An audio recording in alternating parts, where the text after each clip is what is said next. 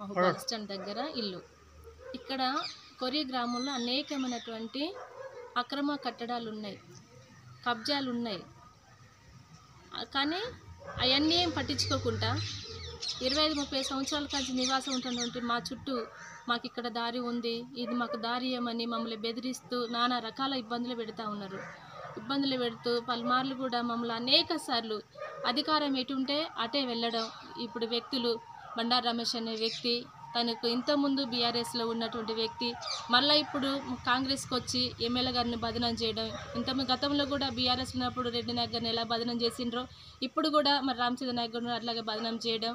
మరి ప్రజల్లోకి వెళ్తే ఎమ్మెల్యే గారు మాకున్నారు, మీరేం చేస్తారనే టైప్లో వాళ్ళు మాట్లాడడం, వాళ్ళ ఇష్టం వచ్చినట్టు మాకు అంతా అండా ఉంది, మీరేం చేస్తారు, మాకు వాళ్ళు ఉన్నారు వీళ్ళున్నారు అని చెప్పడం, పేపర్ స్టేట్మెంట్లకు ఇవ్వడం, ఇవన్నీ రకరకాలుగా ఉన్నటువంటి వాళ్ళు చేస్తూ ఉన్నారు. ఎందుకు చేస్తారో ఏంటిదనేది కాదు. అధికారులు, ప్రజాప్రతినిధులు, గ్రామ పెద్దలు స్పందించి అసలు ఇక్కడ రోడ్డు ఉందా లేదా, అసలు లేదు, రోడ్డు లేకున్నా కూడా రోడ్డు ఉంది లేని స్టేట్మెంట్లకు ఇవ్వడం, ఇవన్నీ రకరకాలుగా ఉన్నటువంటి వాళ్ళు చేస్తూ ఉన్నారు. ఎందుకు చేస్తారో ఏంటిదనేది కాదు.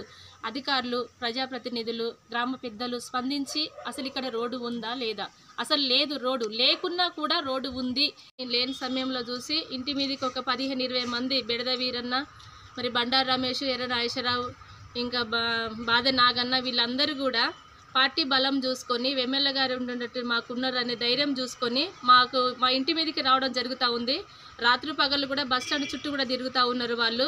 మరి ఎందుకు తిరుగుతుందో ఏందో మాకైతే అర్థం కాదు. వాళ్ళ ఇండ్లు ఉన్నాయి, ఊర్లో ఉన్నది, మరి గ్రామంలో ఈ ఒక్క బజారే ఉన్నదా, మరి అన్ని బజార్లు కూడా ఉన్నాయి కదా, మరి ఎందుకు మరి పట్టించుకోవట్లేదు. మరి కార్యదర్శి గారు కూడా రావడం కూడా కరెక్ట్ అనేది కాదు. మరి ఆమె కూడా స్పందించాలి కదా.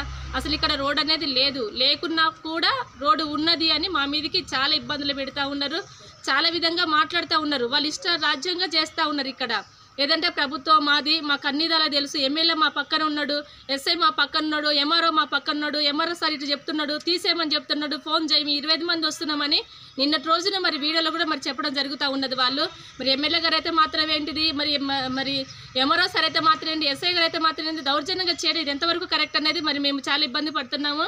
మరి ఎందుకంటే వాళ్ళు అలా చేస్తున్నారో కూడా అర్థం కావడం. ఒక మూటగా తయారైంది, ఒక కబ్జా కోర్టులాగా తయారైపోయి గ్రామంలో అనేక చోట్ల కూడా ఇదే ఇబ్బందులు చేస్తూ ఉన్నారు. కొంతమంది బయటికి వస్తూ ఉన్నాం, కొంతమంది బయటికి రాకుండా కూడా ఉన్నారు.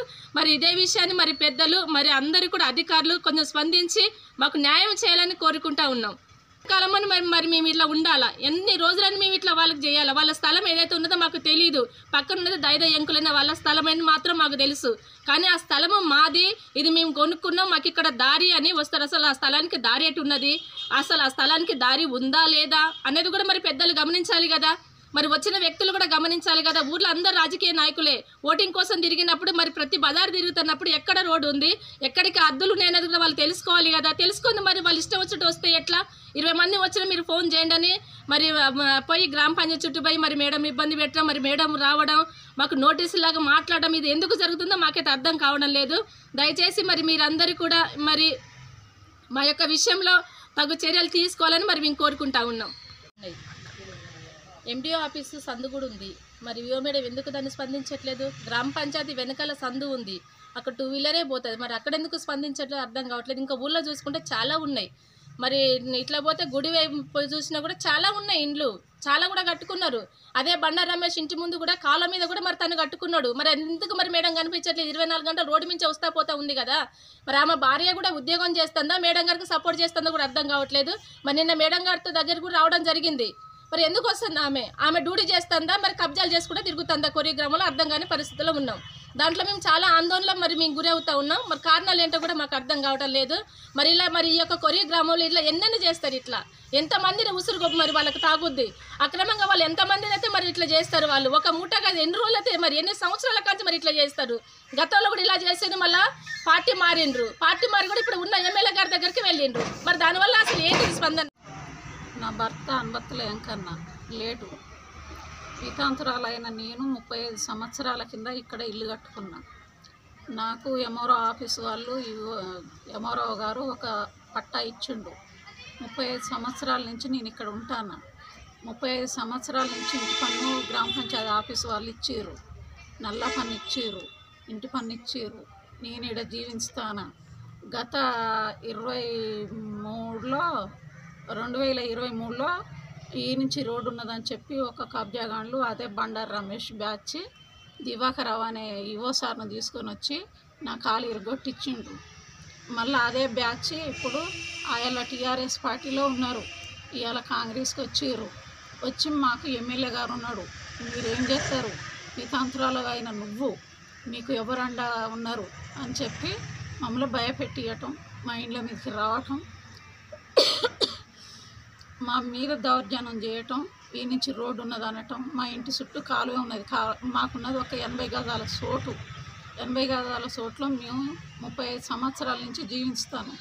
ఈ 3 ఏళ్ళ నుంచి మమ్మల్ని పార్టీలు మారుకుంటాం, మమ్మల్ని టార్చర్ పెడతారు.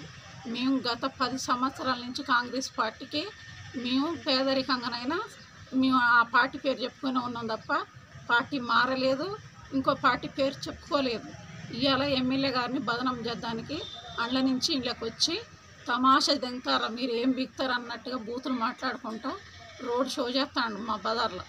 మా బజార్కి వచ్చిన వ్యక్తులందరూ కూడా మా బజార్ని ఒక్కరికి కూడా ఇల్లు లేదు, వాళ్ళ ఇండ్లన్నీ ఎక్కడనో ఉన్నాయి, గాంధీ అవతల, గ్రామ పంచాయతీ అవతల, మరి ఇటు బస్ స్టాండ్ అవతల, ఇక్కడ ఉన్న ఈ ఇండ్లలో ఎవ్వరు లేరు. వాళ్ళందరూ వచ్చి మా ఇండ్ల మీద ఇట్లా దౌర్జన్యం చేస్తారు. ఈవో గారు ఏమంటారు?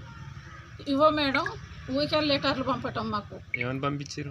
ఇండ్లు తీయాలని ఇప్పుడు ఉన్న విజయలక్ష్మి అనే ఈవో మేడం ఊరికే మాకు ఇంటికి లెటర్లు పంపిస్తుంది, రసీదుల పూర్వంగా పంపిస్తుంది. మీరు రోడ్డు కబ్జా చేసిరని మాట్లాడుతుంది. మాకున్నదే 80 గజాల చోటు, మా ఇంటి ముందు కాలువే ఉన్నది, మేము అటు పోయేటట్లేదు ఇటు వచ్చేటట్లేదు, మేము కబ్జా ఎట్లా చేస్తాం? కబ్జా కోర్లకు మేడం ఎమ్మటికి పోతుంది, కబ్జా కోర్లు ఎమ్మటి ఆ మేడం తిరగటం అది కరెక్ట్ కాదని నేను కోరుకుంటాను. ఒక రెవెన్యూ అధికారురాలు ఆమె అట్లా తిరగటం మంచిది కాదు.